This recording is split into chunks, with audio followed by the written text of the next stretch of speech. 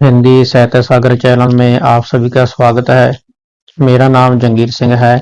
यदि आप मेरे चैनल पर यह वीडियो पहली बार देख रहे हैं तो मेरे चैनल को सब्सक्राइब, लाइक और शेयर जरूर करें। आज हम करने वाले हैं कविता सातवीं सुमित्रता नंदन पंत जी के द्वारा लिखित दो लड़के। सुमित्रता नंद पंत जी छायावादी कवि हैं। ये चार स्तंभों में से इनका नाम प्रमुख आता है, सुमित्रता नंदन पंत का। और इन्होंने दो लड़के जो कविता लिखी है, हमारी किताब में प्लस टू की कक्षा में इनकी दो रचनाएं हैं। एक तो है दो लड़के, दूसरी है सुख दुख। आज हम पूरा करेंगे दो लड़के के बारे में। दो लड़के में लेखक ने अर्थात कवि ने दो निर्धन नाटे बच्चों के बारे में लिखा है, जिनका शरीर ताना नंगा है और 6-7 साल के लड़के हैं, लेकिन फुर्तीले हैं। उन्हीं का ही इन्होंने वर्णन किया है। उन्होंने कहा है कि इनका जीवन अभावग्रस्त है, अर्थात इन्हें पूरा कुछ खाने को भी नहीं मिलता, पूरा कुछ पहनने को भी नहीं मिलता, फिर भी वह आनंद की अनुभूति मान रहे हैं। तो इन्हीं की ही चर्चा की है। शुरू करते हैं हम। दो लड़के। मेरे आंगन में टीले पर है मेरा घर, दो छोटे से लड़के आ जाते हैं अक्सर, नंगे तन गदबदे सांवले सहज छबीले, मिट्टी के मटमैले पुतले पर फर्तीले। सुमित्रता नंदन पंत जी दो लड़कों का वर्णन करते हुए कहते हैं, निर्धन बालकों का वर्णन करते हुए कहते हैं कि मेरे घर के पास, मेरे आंगन में टीले पर है मेरा घर। मेरा घर एक टीले के पास है। दो छोटे से लड़के मेरे पास आ जाते हैं, अक्सर ही आते हैं, और उनका जो शरीर है नंगा है, गंदे हैं, और उनका जो रंग है वह सांवला है, लेकिन सहज छबीले हैं, फुर्तीले हैं। मिट्टी की मटमैले पुतले पर फुर्तीले है, तो फुर्तीले, लेकिन उनके शरीर पर मिट्टी लगी हुई है, अर्थात वह मिट्टी के साथ खेलते हैं और आनंदित रहते हैं। प्रस्तुत पद किस कविता से लिया गया है? तो इसी प्रकार आपको पता ही है कि एक पैराग्राफ आता है कविता में से, और 3 प्रश्न आपको आएंगे, जिनमें से आपने उत्तर सोच समझ कर देना होगा। लेकिन इसमें क्या है, इस कविता में लगभग एक जैसे ही प्रश्न है, इसलिए मैंने प्रश्नों का जो टाइटल लिख रखा है, प्रश्न डाले हैं, वो बहुत कम डाले हैं, क्योंकि एक जैसे ही प्रश्न है, बार बार वही प्रश्न घूम कर आ रहे हैं कि ये कविता किसकी है, ये पद किसका है। तो शुरू करते हैं। प्रस्तुत पद किस कविता से लिया गया है? दो लड़के कविता से लिया गया है। किसकी रचना है ये दो लड़के? सुमित्रता नंदन पंत की। दूसरा प्रश्न है, सुमित्रता नंदन पंत किस युग के कवि हैं? सबसे पहले बताया था छायावादी युग के कवि हैं। तीसरा प्रश्न है, प्रस्तुत पद किस अलंकार का प्रयोग किया गया है? प्रस्तुत पद में अनुप्रास अलंकार एवं उत्प्रेक्षा अलंकार का प्रयोग किया गया है। अगला पैराग्राफ है, जल्दी से टीले के नीचे उधर उतर कर वे चुन ले जाते कूड़े से निधियां सुंदर। सिगरेट के खाली डिब्बे, पन्नी चमकीली, फीतों फीतों के टुकड़े, तस्वीरें नीली पीली। सुमित्रता नंदन पंत जी दो लड़कों का विश्लेषण करते हुए, वर्णन करते हुए कहते हैं कि वे टीले के नीचे मेरे पास आते हैं, इधर उधर घूमते हैं, नीचे उतर जाते हैं, उतर कर कूड़े से कुछ चीजें उठाते हैं, जिन्हें वह पाकर बहुत खुश होते हैं, उन्हें निधियां समझते हैं, खजाना समझते हैं। उनमें से क्या होता है? सुंदर सिगरेट के खाली डिब्बे होते हैं, पन्नियां होती हैं रंग बिरंगी चमकीली, और शूज के टुकड़े, फीतों के टुकड़े होते हैं, तस्वीरें होती हैं नीली पीली, सुंदर फटी पुरानी, मासिक पत्रों के कवरों की, और बंदर से किलकारी भरते हैं, खुश हो अंदर से। और जो हमारे मासिक पत्र होते हैं, उनका कवर जो चमकीला होता है वह भी उठाते हैं। तो ये सभी चीजें उठाकर वह खुश होते हैं, बंदरों जैसी किलकारियां मारते हैं और आनंदित होते हैं। दौड़ पार आंगन के फिर हो जाते ओझल, वे नाटे 6-7 साल के लड़के मांसल। वह दौड़कर अपने घर चले जाती हैं, मेरे घर से दूर हो जाती हैं, अर्थात ओझल का अर्थ होता है मेरे घर से दूर हो जाते हैं। ये लड़के नाटे हैं। नाटे का अर्थ है जहाँ पर छोटे कद वाले हैं, 6-7 साल के हैं, लगभग उनकी जो आयु है 6-7 साल की है। लड़के मांसल, मांसल का यहाँ पर अर्थ है पुष्ट शरीर, तगड़ा शरीर। सुंदर लगती नगन देहे, मोहती नायन मान, मानव के नाते और में बरता अपना पान। मानव के बालक हैं ये, फांसी के बच्चे, रोम रोम मानव सांचे में डाले सच्चे। सुमित्रता नंदन पंत जी दो निर्धन लड़कों के बारे में उनकी दीनहीन दशा का चित्रण करते हुए कहते हैं कि उन लड़कों का जो देह है, उन लड़कों का जो शरीर है वह नगन है, मोती नयन माना, लेकिन उनके जो नयन हैं, उनके जो आंखें हैं वह मन को मोह लेने वाली हैं। मानव के नाते उनमें बरता अपनापन, और होता है हृदय, उन्हें देखकर अपनापन याद आ जाता है, उन्हें देखकर उन पर मन दयाल हो जाता है। मानव के बालक हैं ये, पासी के बच्चे। पासी एक जाति है, तो वह कहती है कि ये पासी जाति के बच्चे हैं, है तो मानव ही, मनुष्य ही। रोम रोम मानव सांचे में डाले सच्चे।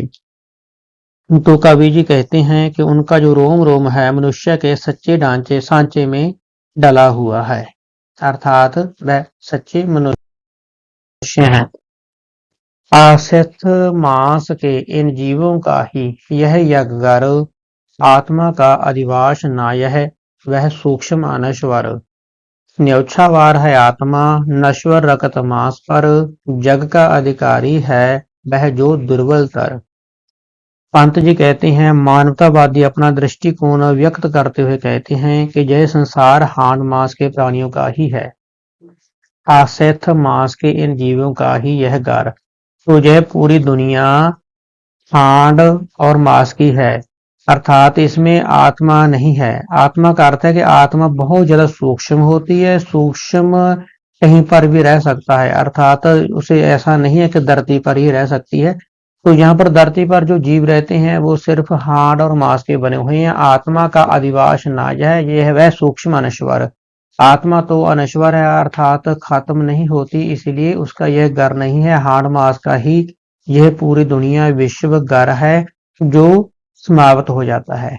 न्योछावार है आत्मा, आत्मा क्या है, न्योछावार है, खत्म नहीं होती। नश्वर रक्त मांस, और रक्त और मांस का जो पुतला अर्थात मनुष्य है वो खत्म होने वाला है। जग का अधिकारी है वह जो दुर्बलतर। इस संसार में, इस जग में वह भी व्यक्ति रह सकता है जो बिल्कुल कमजोर हो, क्योंकि धरती पर हाड़ मांस के जीव रह सकते हैं। कवि के अनुसार संसार में कौन से लोग रह सकते हैं? अमीर, गरीब, कमजोर। तो इसका उत्तर लिखा हुआ है उन्होंने ख और ग दोनों। ख अर्थ है गरीब, ग अर्थ है कमजोर।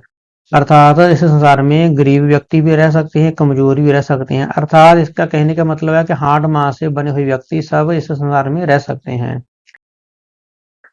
इस पद में कवि का कैसा दृष्टिकोण प्रकट होता है? मानवीय दृष्टिकोण, अमानवीय दृष्टिकोण, दुष्ट दृष्टिकोण, या इनमें से कोई नहीं। तो इसका सही उत्तर है मानवीय दृष्टिकोण।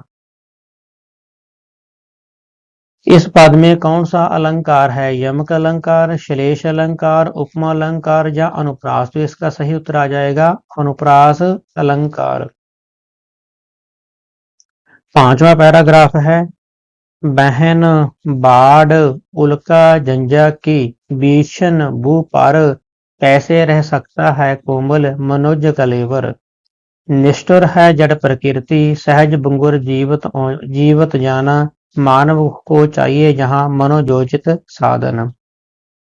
कवि कहते हैं बहिनी, बहिनी का अर्थ है यहाँ पर आग, उल्का का अर्थ है तारों का टूटकर धरती पर गिरना। बहिनी का अर्थ है आग, उल्का का अर्थ है तारों का जमीन पर गिर जाना। जंजा का अर्थ है यहाँ पर तूफान। ये पंक्तियों में ना काफी शब्द एक साथ आ गए। भीषण का अर्थ है भयानक, भू का अर्थ होता है धरती। कवि जी कहते हैं, सुमित्रानंद जी बताते हैं कि मनुष्य को जीने के लिए उचित साधनों की जरूरत होती है, लेकिन संसार में तो यहाँ पर बहनी आग का डर है, बाढ़ पानी का डर है, उल्का यहाँ पर तो तारों का गिरने का, उल्का का गिरने का डर है। जंजा यहाँ पर तो तूफान आने का डर है। तो भीषण भू पर, तो भू धरती, भीषण होता है भयानक। ये 4 भयानक डर हैं जो धरती पर कब भी हो सकते हैं, अर्थात कब तूफान आ जाए कोई पता नहीं, कब पानी की बाढ़ आ जाए कोई पता नहीं। तो कैसे रह सकता है कोमल मनुज कलेवर, जो जिसका शरीर कलेवर होता है शरीर, जिसका शरीर मनुष्य, मनुज का अर्थ है मनुष्य, जिस मनुष्य का शरीर बिल्कुल कोमल है वह इस संसार में कैसे रह सकता है, इतने तूफानों से वह कैसे बचेगा। निष्ठुर है जड़ प्रकृति सहज भंगुर जीवत जाना, मानव को चाहिए जहाँ मनोजोजित साधन। तो कवि जी कहते हैं कि निष्ठुर, निष्ठुर होता है निर्दय या कठोर, जड़ जो प्रकृति है, चाहे उसमें वह जीव चाहे उसमें आत्मा नहीं है, निर्जीव चीजें हैं प्रकृति में, लेकिन वह भी निर्दयी हो जाती है और जीवन को खत्म कर देती है। मानव को चाहिए जहाँ मनोजोजित साधन, मनोजोजित होता है जो मनुष्य के लिए ठीक साधन हो, अच्छे साधन हो, जो जरूरत के अनुसार मनुष्य मनुष्य को साधन मिले, वह चाहिए जिससे वह इस संसार में रह सके। कवि ने किन आपदाओं का वर्णन किया है, मानवीय आपदाओं का, प्रकृति का, सामाजिक का या राजनीतिक का। इसमें किसकी, जो तूफान है, बाढ़ है, तारों का गिरना है, वह कौन सी आपदाएं हैं, प्राकृतिक आपदाएं हैं। आपदाएं होती हैं विपदा। सुमित्रता नंदन पंत की इस कविता में किन शब्दों का प्रयोग किया गया है, तत्सम, तत्व, उद्देश्य या इनका अर्थ आ गया इन तीनों। तीनों का क्या अर्थ कैसे आया, तत्सम होता है जो संस्कृत निष्ठ शब्द होते हैं वह होते हैं, तत्व जो हिंदी संस्कृत में से हिंदी में कन्वर्ट हुए हैं, बदले हैं। देशी होते हैं जो हमारे प्रांत की भाषा होती है, उनके शब्दों का प्रयोग हम करते हैं, उन्हें देश शब्द बोलते हैं। तीनों ही शब्दों का प्रयोग किया गया यहाँ पर, तो इसका उत्तर आएगा इन तीनों का। क्यों ना एक हो मानव, मानव सभी परस्पर, मानवता निर्माण करे जग में लोकोत्तर, जीवन का प्रसाद उठे मुंह पर गौरव में, मानव का साम्राज्य बने मानव हित निश्चय। तो सुमित्रानंद पंत जी बताते हुए कहते हैं कि कवि के भेदभाव नहीं करना चाहिए, अमीर का गरीब का भेदभाव ना करें। इसी के बारे में वह बताते हुए कहते हैं कि क्यों ना एक हो मानव, मानव को एक हो जाना चाहिए, सभी को एक दूसरे के साथ प्रेम करना चाहिए। मानवता निर्माण करे जग में लोकोत्तर, लोगों से उठकर अलौकिक, लोकोत्तर का अर्थ हो जाता है अलौकिक, कि अलौकिक प्रेम होना चाहिए मानवता का निर्माण करने के लिए। जीवन का प्रसाद उठे मुंह पर गौरव में, मानव का साम्राज्य बने मानव हित निश्चय, जिससे पृथ्वी पर जीवन का गौरवशाली महल खड़ा हो सके।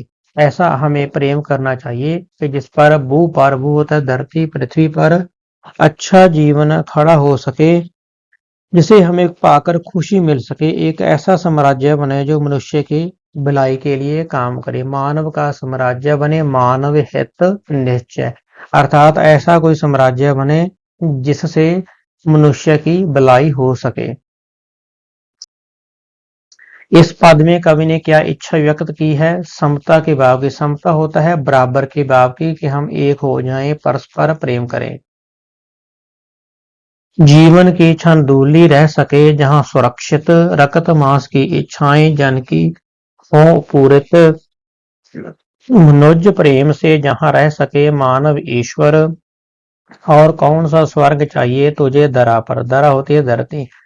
जीवन की संदूली रह सके जहाँ सुरक्षित, के जीवन में जो हमारी धरती है वह स्वर्ग बने, यहाँ पर जीवन तंदुरुस्त, खुशहाल, सुरक्षित रह सके। रात मास की इच्छाएं जन की हो पूरत, जो हमारे हाड़ मास के बने हुए व्यक्ति हैं, मनुष्य हैं, उनकी इच्छाएं पूरी हो सके।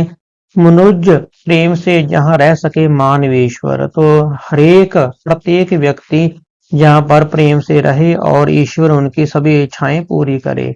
और कौन सा स्वर्ग चाहिए तुझे धरा पर, तो इससे बड़ा स्वर्ग आपको कहाँ पर मिलेगा, अर्थात धरती को स्वर्ग बनाने से बड़ा कोई स्वर्ग नहीं है। आपके साथ एक दूसरे के साथ प्रेम से रहना, सुख सुविधाओं से रहना, आनंद से रहना, इससे बड़ा भी कोई प्रेम नहीं है।